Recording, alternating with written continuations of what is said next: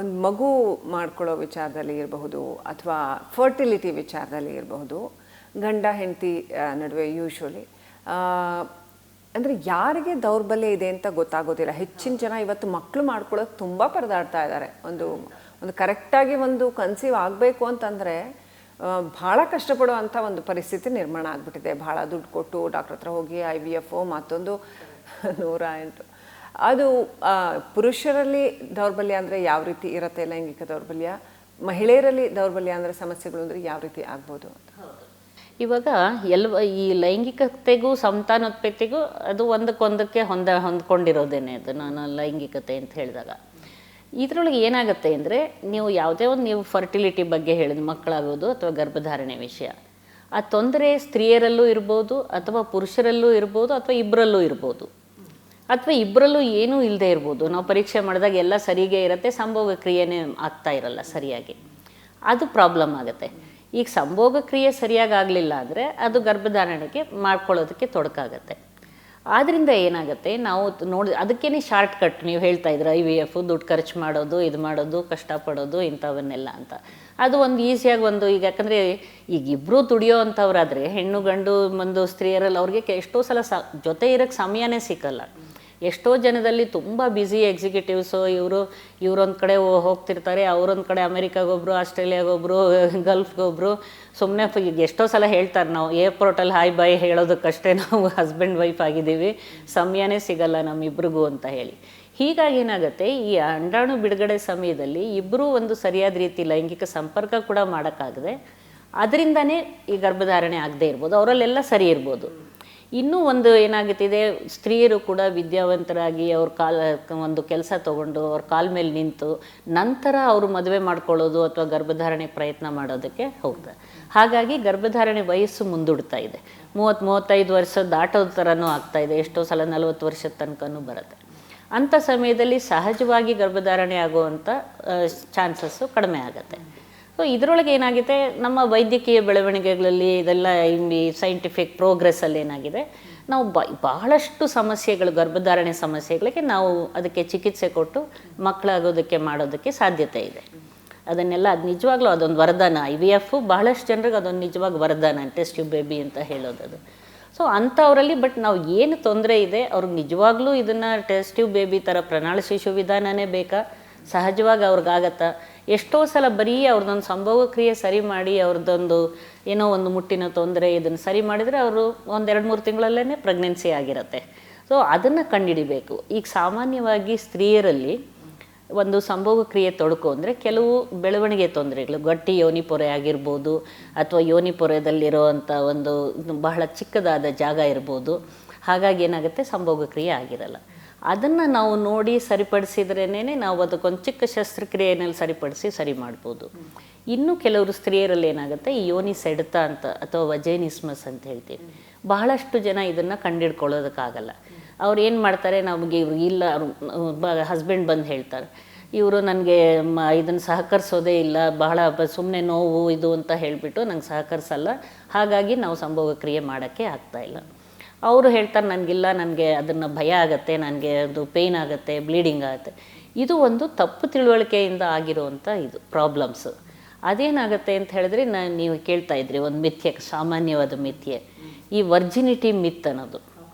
ಅದೇನಾಗುತ್ತೆ, ಒಂದು ಕನ್ಯೆಯಾಗಿದೆ ಅಂತ ಹೇಳಿದರೆ ಕನ್ಯಾಪರಿ, ಒಂದು ಮೊದಲ ಸಂಭೋಗದಲ್ಲಿ ರಕ್ತಸ್ರಾವ ಆಗಲೇಬೇಕು ಅಥವಾ ನೀವು ಅದಕ್ಕೆ ನೋವಾಗಲೇಬೇಕು ಅಂದ್ರೇ ಅವಳು ಕನ್ಯೆ, ಇಲ್ಲದೇ ಇದ್ದರೆ ಅವಳು ಮೊದಲೇ ಲೈಂಗಿಕ ಸಂಪರ್ಕಕ್ಕೆ ಒಳಪಟ್ಟಿರ್ಬೋದು ಇದು ಅಂತ. ಇವತ್ತಿನ ಕೂಡ ಒಂದು ಎಜುಕೇಟೆಡ್ ಕ್ಲಾಸ್ ಕೂಡ ಎಷ್ಟೋ ಹಸ್ಬೆಂಡ್ಸು ಇಲ್ಲ, ನಾವು ಫಸ್ಟ್ ಇದು ಮಾಡಿದಾಗ ಅವ್ರಿಗೇನು ಬ್ಲೀಡಿಂಗ್ ಆಗಲಿಲ್ಲ, ಏನಿಲ್ಲ, ಅವಳಿಗೆ ಮೊದಲೇ ಬೇರೆ ಏನೋ ಸಂಪರ್ಕ ಇದೆಯೇನೋ ಚೆಕ್ ಮಾಡಿ ಡಾಕ್ಟ್ರೇ. ಅಮೇರಿಕಾಯಿಂದ ಬಂದು ಹುಡುಗರು ಇದೇ ಈ ಥರ ಬಂದು ಕೇಳ್ತಾರೆ. ಸೊ ಅದೊಂದು ಬಹಳ ತಪ್ಪು ತಿಳುವಳಿಕೆ. ಯಾಕಂದರೆ ಈ ಕನ್ಯಾಪುರ ಅನ್ನೋದು ಒಂದು ಜಸ್ಟ್ ಒಂದು ಒಂದು ಅಂಶ ಅಷ್ಟೇ, ಅದನ್ನು ಯೋನಿ ಒಳಗೆ ಹೊರಗಿರೋ ಭಾಗದಲ್ಲಿ. ಅದು ಕೆಲವರಲ್ಲಿ ಬೆಳವಣಿಗೆ ಹಂತದಲ್ಲೇ ಕೆಲವು ಸಲ ಗಟ್ಟಿ ಯೋನಿ ಪೊರೆ ಇರ್ಬೋದು, ಮತ್ತು ಸಡಿಲವಾಗಿರ್ಬೋದು, ಅದರಲ್ಲೂ ಎಲಾಸ್ಟಿಕ್ ಆಗಿರ್ಬೋದು, ಅದರೊಳಗಿರೋವಂಥ ಒಂದು ಜಾಗ ಅಥವಾ ಕಿಂಡಿ ಅದನ್ನು ಕಡಿಮೆ ಇರ್ಬೋದು, ದೊಡ್ಡದಿರ್ಬೋದು, ಅದೆಲ್ಲ ವ್ಯತ್ಯಾಸ ಆಗುತ್ತೆ ಒಬ್ಬರಿಂದೊಬ್ಬರಿಗೆ. ಹಾಗಾಗಿ ಪ್ರತಿಯೊಂದು ಸ್ತ್ರೀಯರಿಗೂ ಕೂಡ ಮೊದಲ ಸಂಭೋಗದಲ್ಲಿ ರಕ್ತಸ್ರಾವ ಆಗಲೇಬೇಕು ಅಥವಾ ಅದನ್ನು ನೋವು ಆಗಲೇಬೇಕು ಅಂತ ಖಂಡಿತ ಇಲ್ಲ. ಹಾಗಾಗಿ ಇದೊಂದು ತಪ್ಪು ತಿಳುವಳಿಕೆ ಬಂದ್ಬಿಟ್ಟಿದೆ ಜನರಲ್ಲಿ. ಹಾಗಾಗಿ ಇದೇ ಕೂಡ ಎಷ್ಟೋ ಜನ ಸ್ತ್ರೀಯರಲ್ಲಿ ಒಂದು ಬಹಳ ಡೀಪಾಗಿ ಅದು ಏನಾಗುತ್ತೆ, ಮದುವೆ ಸಮಯದಲ್ಲಿ ಒಂದು ತಪ್ಪು ಉಪದೇಶಗಳನ್ನು ಕೊಡೋರು ಇದ್ಬಿಡ್ತಾರೆ ಅವ್ರ ಮನೆಯಲ್ಲೇ. ಅವ್ರ ಅಮ್ಮ, ಚಿಕ್ಕಮ್ಮ, ದೊಡ್ಡಮ್ಮ ಅಥವಾ ಫ್ರೆಂಡ್ಸು ಇದೆಲ್ಲ ಇಲ್ಲ, ಫಸ್ಟು ಇಂಟರ್ಕೋರ್ಸ್ ಆದರೆ ತುಂಬ ಪೇಯ್ನ್ ಆಗುತ್ತೆ, ಬ್ಲೀಡಿಂಗ್ ಆಗುತ್ತೆ, ನೀನು ನೋಡು ಅಂತ. ಕೆಲವರು ಎಷ್ಟೋ ಒಂದು ಸ್ವಲ್ಪ ಮುಜುಗರದ ಭಾವನೆ ಇರುತ್ತೆ, ಹಾಗೆ ಅಡ್ಜಸ್ಟ್ ಆಗಿಬಿಡತ್ತೆ. ಬಟ್ ಕೆಲವು ಸ್ತ್ರೀಯರಲ್ಲಿ ಏನಾಗುತ್ತೆ, ಬಹಳ ಆಳವಾಗಿ ಅವ್ರ ತಲೆಯಲ್ಲಿ ಆ ಭಯ ಬೇರೂರು ಬಿಡತ್ತೆ. ಹಾಗಾಗಿ ಅವರು ಸಹಕರಿಸೋಕ್ಕೆ ಸಾಧ್ಯನೇ ಆಗೋದಿಲ್ಲ. ಅದು ಯೋನಿ ಸುತ್ತ ಇರೋ ಮಾಂಸಖಂಡಗಳೆಲ್ಲ ಬಿಗಿಯಾಗಿ ಅವ್ರಿಗೆ ಸಂಭೋಗ ಕ್ರಿಯೆ ಮಾಡೋಕ್ಕೆ ಸಾಧ್ಯ ಆಗಲ್ಲ. ಅದಕ್ಕೆ ಸರಿಯಾದ ಚಿಕಿತ್ಸೆ ಕೊಟ್ಟರೆ ಖಂಡಿತ ಅದಕ್ಕೆ ಚಿಕಿತ್ಸೆ ಇದೆ. ಬಟ್ ಎಷ್ಟೋ ಜನಕ್ಕೆ ಗೊತ್ತಿಲ್ಲ ಅದನ್ನು. ಹೀಗಾಗಿ ಅವರಲ್ಲಿ ಜಗಳಕ್ಕೆ ಅದನ್ನು ಮತ್ತು ಅವ್ರ ಮನೆಯವ್ರಿಗೆಲ್ಲ ಹೇಳಿ ಇವಳು ಸಹಕರಿಸಲ್ಲ, ಇವಳು ಸರಿ ಇಲ್ಲ, ಅದು ಇದು ಏನೇನೋ ಜಗಳ ಕದನಗಳು ಬರುತ್ತೆ, ಅವ್ರಿಗೆ ಗೊತ್ತಿಲ್ಲ ಅದು.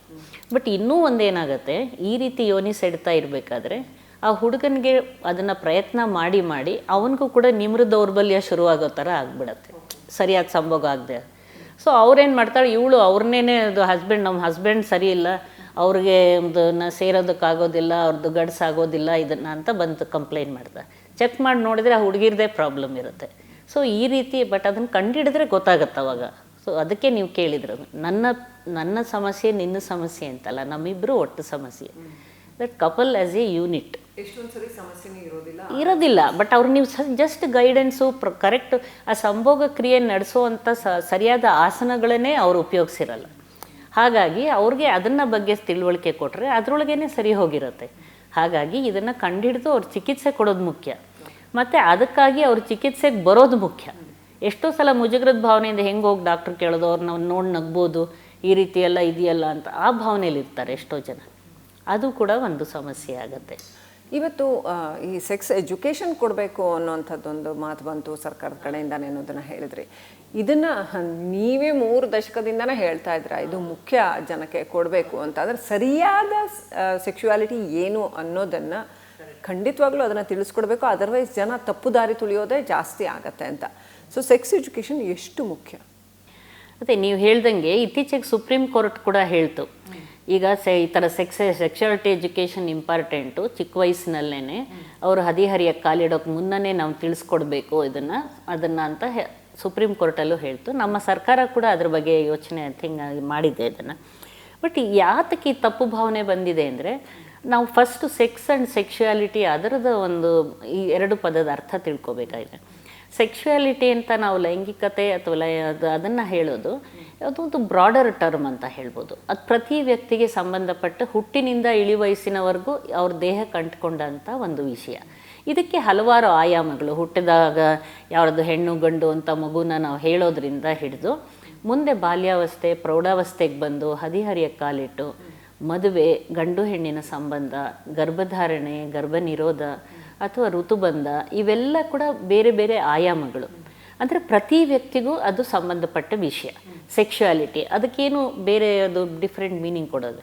ಸೆಕ್ಸ್ ಅನ್ನೋದು ಒಂದು ಬಹಳ ಒಂದು ಇಡೀ ಸೆಕ್ಸುವಾಲಿಟಿ ಅಥವಾ ಲೈಂಗಿಕತೆಯ ಒಂದು ಬಹಳ ಕಡಿಮೆ ಅಂಶ ಅಂತ ಹೇಳ್ಬೋದು. ಒಂದು 3%, 3% ಅಂತ. ಅಂದರೆ ಇದು ಒಂದು ನೀನು ಗಂಡು ಹೆಣ್ಣು ಹೇಳೋದಕ್ಕೆ, ಲಿಂಗ ಹೇಳೋದಕ್ಕೆ ಸೆಕ್ಸ್ ಅನ್ನೋದನ್ನು ಜೆಂಡರ್ಗೋಸ್ಕರ ಉಪಯೋಗಿಸ್ತೀವಿ. ಇನ್ನೊಂದು ಸಂಭೋಗ ಕ್ರಿಯೆಗೆ. ಈ ಸೆಕ್ಸುವಾಲಿಟಿ ಎಜುಕೇಷನ್ ಅನ್ನೋದನ್ನು ಅವರೇನು ಅಂದ್ಕೊಂಡ್ಬಿಡ್ತಾರೆ, ಅದು ಖಂಡಿತವಾಗ್ಲೂ ಸಂಭೋಗದ ಬಗ್ಗೆ ತಿಳಿಸ್ಕೊಡೋದಾಗಲಿ, ಗಂಡು ಹೆಣ್ಣು ಸಂಬಂಧ ತಿಳಿಸೋದು ಅಥವಾ ಮಗುವಿನ ಜನನದ ಬಗ್ಗೆ ತಿಳಿಸೋ ವಿಷಯ ಖಂಡಿತ ಅಲ್ಲ. ಚಿಕ್ಕ ವಯಸ್ಸಿನಿಂದನೇ ಅವರ ದೇಹದ ಬಗ್ಗೆ ಅರಿವು ಮೂಡಿಸೋದು. ಈವನ್ ಸ್ಕೂಲ್ಗೆ ಹೋಗೋದಕ್ಕೆ ಮುಂಚೆನೇ ಮನೆಯಲ್ಲೇ ತಾಯಿನೇ ಮೊದಲ ಗುರು ಅಂತ ಹೇಳೋ ಹಾಗೆ ಮನೆ ಮೊದಲು ಪಾಠ. ಅದರ ದೇಹದ ಬಗ್ಗೆ ನಕಾರಾತ್ಮಕ ಭಾವನೆಗಳು ಬರ್ದಂಗೆ ಪಾಸಿಟಿವ್ ಆ್ಯಟಿಟ್ಯೂಡ್ ಅದ್ರ ಬಗ್ಗೆ, ತನ್ನ ದೇಹನ ತಾನು ಗುರುತಿಸ್ಕೊಳ್ಳೋದು, ಅದರಿಂದ ಏನೂ ತಪ್ಪಿಲ್ಲ. ಚಿಕ್ಕ ಮಗು ಕೂಡ ಅದ್ರ ಜನ ಗುರುತಿಸ್ಕೊಳ್ಬೋದು, ಅಥವಾ ಅದರ ದೇಹನ ಎಲ್ಲ ಎಕ್ಸ್ಪ್ಲೋರೇಷನ್ ಅದಷ್ಟೇ. ಅದಕ್ಕೆಲ್ಲ ಒಳ್ಳೆ ರೀತಿಯಲ್ಲೇ ಅದಕ್ಕೆ ಹೇಳಿ, ನಿನ್ನ ದೇಹ ಬೇರೆಯವರು ಮುಟ್ಟಬಾರ್ದು, ನೀವೊಂದು ಸ್ನಾನ ಮಾಡಬೇಕಾದ್ರೆ, ನೀವು ಕತೆ ಹೇಳಬೇಕಾದ್ರೆ ತೊಡೆ ಮೇಲೆ ಕೂಡಿಸ್ಕೊಂಡಿದ್ದಾಗ ಮಗುಗೆ ಹೇಳ್ಕೊಡ್ತಾ ಬರ್ಬೋದು, ನಿನ್ನ ದೇಹ ಈ ಥರ ಎಲ್ಲ ಮುಟ್ಟಬಾರ್ದು, ನೀನು ಕೆಳಗಡೆ ಜಾಗ ಅಥವಾ ಜನನಾಂಗ ಬೇರೆಯವ್ರು ಮುಟ್ಟು ತೊಂದರೆ ಆಗುತ್ತೆ, ನಿನಗೆ ನೋವಾಗುತ್ತೆ, ಏನಾದರೂ ತೊಂದರೆ ಆದರೆ ನಮ್ಗೆ ಹೇಳಬೇಕು. ಗುಡ್ ಟಚ್, ಬ್ಯಾಡ್ ಟಚ್, ಅದನ್ನು ಯಾವುದು ಒಳ್ಳೆ ಸ್ಪರ್ಶ, ಯಾವುದು ಕೆಟ್ಟ ಸ್ಪರ್ಶ, ಮಗುಗೆ ಹಿಂಸೆ ಮಾಡೋ ಅಂಥದ್ದು ಏನಿದೆ, ಯಾರೇ ಬೇರೆಯವರು, ನಿನ್ನ ತಂದೆ ತಾಯಿ ಆಗಲಿ, ನೀ ದೊಡ್ಡವರು ನಿನ್ನನ್ನು ಮಾಡೋರು ಬಿಟ್ಟು ಬೇರೆ ಯಾರಿಗೂ ನೀನು ಮುಟ್ಟಕ್ಕೆ ಬಿಡಬಾರ್ದು.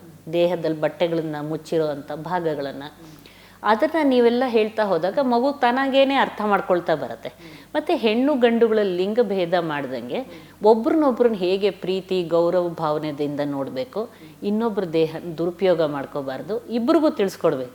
ಈಗ ಬೇಟಿ ಪಡಾವೋ ಬೇಟಿ ಬಚಾವೋ ಎಲ್ಲ ಬಂದಂಗೆ ಬೇಟ ಸಮಜಾವೋನೇ ಚಿಕ್ಕದ ವಯಸ್ಸಿಂದ ಅದು ಬರ್ತಾ ಬರಬೇಕು. ಗಂಡು ಮಕ್ಳಿಗೂ ಹೇಳಬೇಕು, ಇದೇನೇನಾದರೂ ಮಾಡಿದರೆ ಶಿಕ್ಷೆ ಆಗುತ್ತೆ, ನಿಮಗೆ ಜೈಲಲ್ಲಿ ಇರಬೇಕು, ಉಳಿದಿದ್ದ ಜೀವನ ಎಲ್ಲ ನೀನು ಸಫರ್ ಮಾಡಬೇಕು.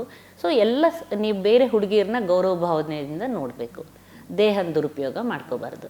ಸೊ ಈಗ ಮತ್ತೆ ಹದಿಹರಿಯ ಕಾಲಿಟ್ಟಾಗ ಆವಾಗ ಅವ್ರ ದೇಹದಲ್ಲಾಗೋ ದೈಹಿಕ ಮಾನಸಿಕ ಲೈಂಗಿಕ ಬದಲಾವಣೆಗಳು ಅದೇನು ಅದನ್ನೆಲ್ಲ ಅವರು ಹದಿಹರಿಯ ಕಾಲಿಡೋಕ್ಕೆ ಮುಂಚೆನೇ ಅವ್ರನ್ನ ತಯಾರು ಮಾಡಬೇಕು.